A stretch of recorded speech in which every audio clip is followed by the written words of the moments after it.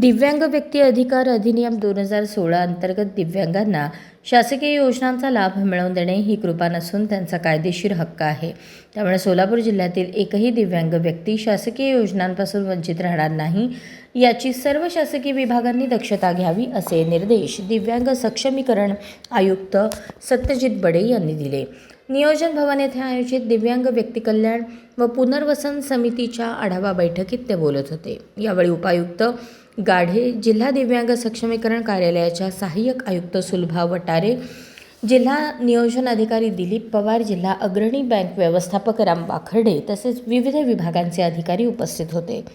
बैठकीत बोलताना आयुक्त बडे यांनी दिव्यांगांसाठी राबवण्यात येणाऱ्या योजनांची प्रभावी अंमलबजावणी करण्यासाठी सर्व विभागांनी सक्रिय भूमिका घेण्याचे आवाहन केले.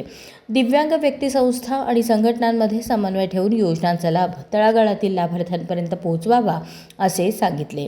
त्यांनी स्पष्ट केले की जिल्हा नियोजन समितीच्या सर्वसाधारण योजनेतील एकूण निधीपैकी किमान 1% निधी दिव्यांग कल्याणासाठी राखीव ठेवणे बंधनकारक आहे.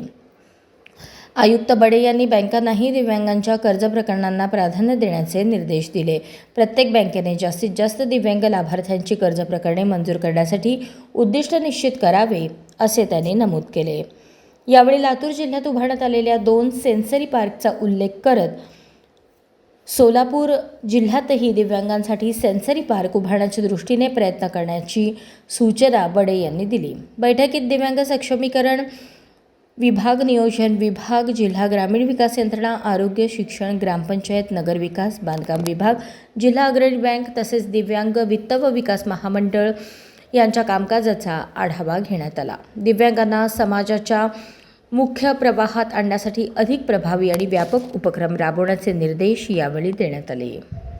अशाच नवनवीन अपडेटसाठी जनता राज्य न्यूज चॅनलला सबस्क्राईब करा, लाईक करा आणि शेअर करायला विसरू नका.